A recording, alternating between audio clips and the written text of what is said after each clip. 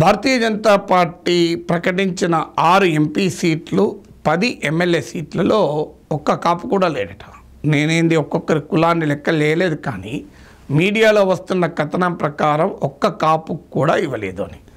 అందులో సోమ్ వీర్రాజు లాంటి వారికి కూడా ఇవ్వకపోవడం వల్ల కాపులకు ఇవ్వలేదు అన్న అంశం మరింత ముఖ్యంగా ముందుకొచ్చింది.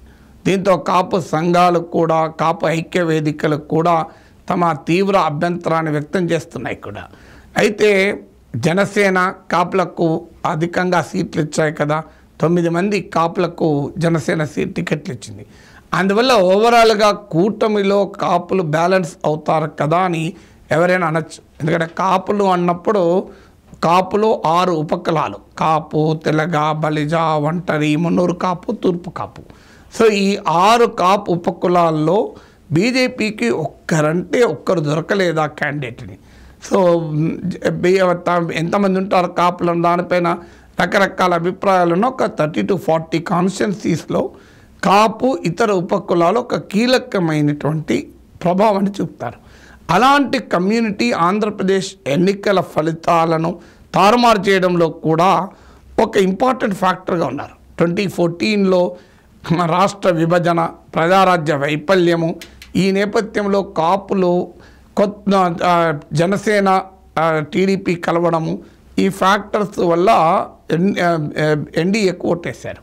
2019కి వచ్చే వరకు మొదటిసారిగా జగన్ వైసీపీకి కాపు ఓటు షిఫ్ట్ అయింది. దానికి కారణం కాపు రిజర్వేషన్లు అమలు కాకపోవడం, కాపు కార్పొరేషన్లకు నిధులు ఇవ్వకపోవడం, ముద్రగడ్డతో చంద్రబాబు ప్రభుత్వం అనుసరించిన వైఖరి, వ్యవహరించిన తీరు, ఇవన్నీ ఫ్యాక్టర్స్ వల్ల జగన్కు కాపు ఓట్ ట్రాన్స్ఫర్ అయింది. ఇప్పుడు 2024లో కూడా, అంటే 2014లో చంద్రబాబు విజయానికి, 2019లో జగన్ విజయానికి కాపులు ఇంత కీలక భూమిక పోషిస్తే మరి బీజేపీ లాంటి పార్టీ కాపులు ఎందుకు పక్కబెట్టింది? వాస్తవంగా బీజేపీ ఆంధ్రప్రదేశ్లో కాపు కాస్ట్ ఆధారంగా రాజకీయం చేయాలని ఆలోచించింది కూడా. అందుకే ఆంధ్రప్రదేశ్ ఏర్పడ్డాక, విభజిత ఆంధ్రప్రదేశ్ ఏర్పడ్డాక తొలి రాష్ట్ర అధ్యక్షుడిగా కన్నా లక్ష్మీనారాయణ కాపును ఎంపిక చేశారు. తర్వాత సోమ్ వీర్రాజును కూడా ఎంపిక చేశారు.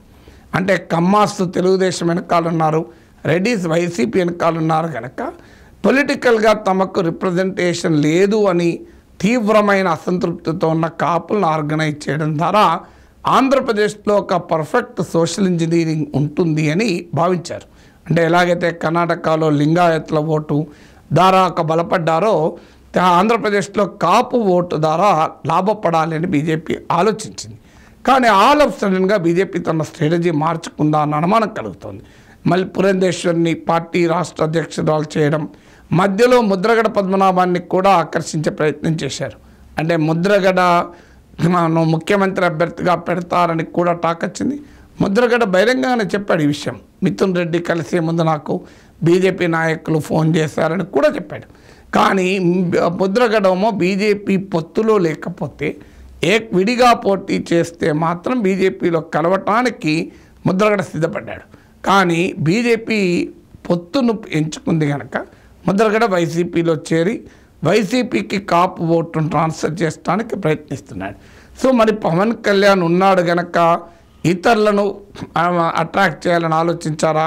ఎందుకంటే కాపు కన్సాలిడేషన్ ఎంత లాభం అవుతుందో యాంటీ కాపు కన్సాలిడేషన్ కూడా అంత నష్టం వచ్చే అవకాశం ఉంటుంది. కాపులకు బీసీలకు మధ్య కాంట్రడిక్షన్ ఉంటుంది, కాపులకు షెట్టి బలజలకు, కాపులకు ఎస్సీలకు మధ్య సోషల్ కాంట్రడిక్షన్స్ ఉంటాయి, ఈవెన్ కాపు కమ్మ సోషల్ కాంట్రడిక్షన్స్ కూడా ఉంటాయి. సో ఈ కాంట్రడిక్షన్స్ అన్నీ కూడా తమకు నష్టం జరగద్దు అంటే ఓవరాల్గా బ్యాలెన్స్ చేయాలి. అందువల్ల జనసేన ఫ్యాక్టర్ వల్ల కాపులు ఎలాగూ ఎన్డీఏకే ఓటేస్తారు కనుక ఇంకా మళ్ళీ కాపులను పెట్టడం అనవసరమని బీజేపీ ఏమైనా భావించిందా? బట్ కారణాలు ఏదైనా కాపులకు సరైన రిప్రజెంటేషన్ రాలేదన్న ఆవేదన, బీజేపీలో ఇవ్వలేదన్న ఆవేదన మాత్రం కాపు సమాజంలో వ్యక్తమవుతుంది.